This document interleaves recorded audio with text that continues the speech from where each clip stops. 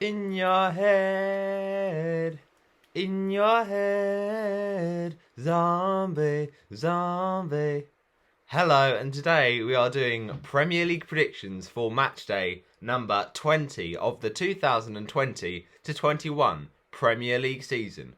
We're coming up to just after halfway in the season. We've still got some games in hand for some clubs to make it 19 games played, but we're getting through it, and it's going to be an interesting week. Obviously, last week was the double game week, so back to normality this week with 10 fixtures, and they are of course all midweek games. So let's get cracking. It's going to be a good one. And before we get into it, that is the song of the week, "Zombie" by the Cranberries. But what is the theme of the week? It is Vikings. Arr! Get your Vikings helmets and let's get to battle. And the colour of the week is going to be yellow. Right, let's get cracking. So the first game to predict in this Premier League match week is between West Ham United and Crystal Palace. And it is at Selhurst Park.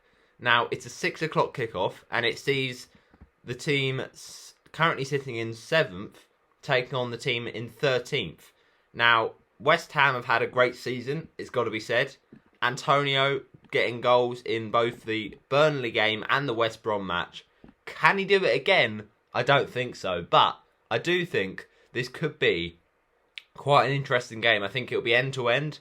I think Palace will go ahead and they'll go ahead through Eberici Eze, and then West Ham equalise through Thomas Souček, and finally Palace have the last laugh with a goal coming right at the end to make it Crystal Palace 2, West Ham United 1, and the goal is scored by none other than Andros Townsend.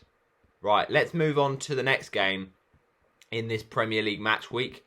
It is going to be, of course, another 6 o'clock kickoff, and it is going to be Newcastle versus Leeds United. Now, I think this is a tough game for the Toon Army. The Magpies have been on a really, really bad run of form. Leeds have been a really fun watch this season. Their style has been kind of just throwing everything at it, not really defending much, but I think I like that. It's good to see. And, you know, they will concede goals, but they'll also score them. So I have to fancy Leeds United in this game. Newcastle have been in really, really poor form and just haven't looked good enough. And they need to start getting some wins if they're going to, you know, get out of this relegation battle. But I'm going to go for a 3-1 win to Leeds United. Newcastle 1, Leeds 3. And goal scorers in this one, well, we'll say Newcastle get the first goal, and it's going to be from their only real threat, Callum Wilson.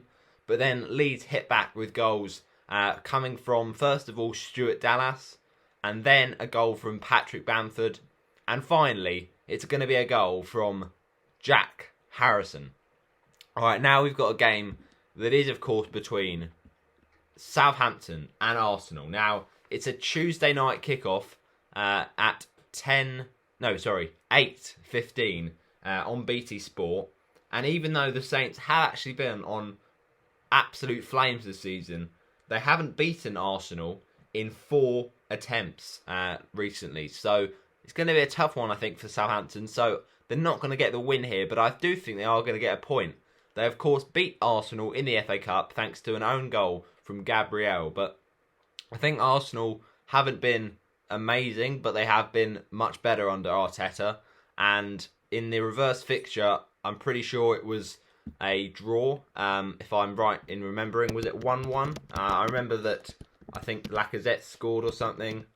Let me check. It was 1-1, yeah, but it was Aubameyang and Theo Walcott. And the player I just mentioned, Gabriel, got a sending off in the game in the reverse fixture. So actually, it would be adding insult to injury, and it would be a terrible week if he could get a red card as well in this game. But no, I do think that this is going to be another draw. I'm not going to go with 1-1 this time, though. I'm going to go with 2-2 on the day at St Mary's. And we'll say goals come, first of all, through Bukayo Saka. And then the second goal for Arsenal will be scored by Kieran Tierney. But then Southampton produce a monumental comeback with goals from Che Adams and then a goal from James Ward-Prowse. All right, now we've got a game between West Brom and Manchester City. Now, this is a tough game for the West Brom because they have had a pretty bad season, and the last thing you want is to face a team in the form of Manchester City, and they've really been doing well to keep clean sheets. West Brom have been slightly better recently under Allardyce, but I still think this is going to be a very tall order. So I'm going to say a comprehensive 4-1 victory to Manchester City. And West Brom, I actually do think will score the first goal because they usually are quite fast out the blocks, and it'll be once again Matheus Pereira. But then Manchester City get their goals, first of all through Ilkay Gundogan from the penalty spot, and then the second goal is going to be scored, in my opinion, by the midfielder that's on flames at the minute. It's Phil Foden. And then the second for Phil Foden comes just after that to make it 3-0. And then, 3-1, I should say. And then the fourth goal is scored for Manchester City by Ruben Diaz. All right, now we've got a game that is up between the teams known as Burnley and Aston Villa. Now, Burnley just beat Liverpool, and Aston Villa knows what that feels like with that 7-2 victory. So it's going to be an interesting one. Burnley are on the up recently, and they've been keeping a lot of clean sheets. Aston Villa only just come back from their isolation period, but they looked really, really good against Man City and very, very attacking and once again impressive against Newcastle. Those goals coming from Traore and also from Ollie Watkins, the second especially, in off the crossbar from Bertrand Traore, and he's a really good player for them this season. Do I think he'll score again? Yes, I do. Do I think Villa will get the win? Yes, I do. So Burnley are going to lose this one by one goal to 2, I think. So I think Villa will score first through, let's say, Jack Grealish, but then Burnley equalise, and it's going to be through Chris Wood, and then Villa retake the lead through Bertrand Traore. And now we've got a game up between Chelsea and Wolverhampton Wanderers. Now, in the reverse fixture of this game, Wolves got a last gasp winner through Pedro Neto, and I do think that Wolves will be a tough test for Chelsea. They've not been the worst team this season, Wolves, and yes, they've been a bit inconsistent and not as impressive as previous seasons when they finished in that 7th position spot. It's a lot more competitive this season, but I'm going to go for a draw in this game. I just feel Chelsea, their form has been really, really poor. Take away that win against Luton in the Cup, they just haven't been scoring enough goals and they just haven't been keeping clean sheets. So, yeah, I'm going to go for Chelsea 1, Wolverhampton Wanderers 1. And I actually think that the opening goal for Wolverhampton Wanderers will come from Ruben Neves, the Portuguese midfielder who loves a shot from far out. But then Chelsea will equalise, and, you know, Frank Lampard was absolutely fuming when his side threw away a lead and then conceded that last-minute goal to Wolves in December. And I think that they will be actually more positive after this result because they will get back a point, and that goal to equalise from Chelsea will be scored by Mason Mount. Right, now let's move on to the game between Man United and Sheffield United. Man United come off the back of this with a very good win against Fulham. Pogba is in great form, and Sheffield United come off the back of this with a very bad loss against Tottenham. Now, I don't think this is going to be, a Sheffield United point. I think it's got to be a Man United win. They're in really good form, top of the league, and I think they're going to keep it going, at least for now. So we'll say Manchester United to win this one by 3-0, and goal scorers Bruno Fernandes will get the first, and then the second one is going to be scored by Scott McTominay, and Manchester United make it 3 with a goal from the in-form winger that goes by the name of Marcus Rashford. Alright, now we've got a game up between Brighton and Fulham, and I'm going to go for a very boring 0-0 draw. I just feel both these teams have been struggling going forward. It might be an absolute wonderful day for the defenders and the goalkeepers in this game, but I just don't feel either side has been doing enough this season to score goals. So, yeah, we're going to go for a stalemate in this game. And finally, we've got 2 more games. First of all, Everton versus Leicester. Now, this is an interesting one because it's fair to say that these sides have been flying this season, especially the latter Leicester City. Now, in their last 11 Premier League games, there has not been a single draw. So I think I'm expecting to see a winner here, but it's just who will get it. That's the question. Everton got the better of the Foxes at the King Power Stadium in December with a very, very good goal coming from, I think it was, well, it wasn't a great goal because it was Mason Holgate that got the rebound. But I think they got that win, actually, Everton, over the Foxes with just... with Brendan Rodgers' side managing 2 shots on target all game. But I think Leicester are in much better form since then. So I think Leicester will get the victory here. They are going to miss Jamie Vardy, of course. He's out with an injury. But I don't think that that's going to make a difference.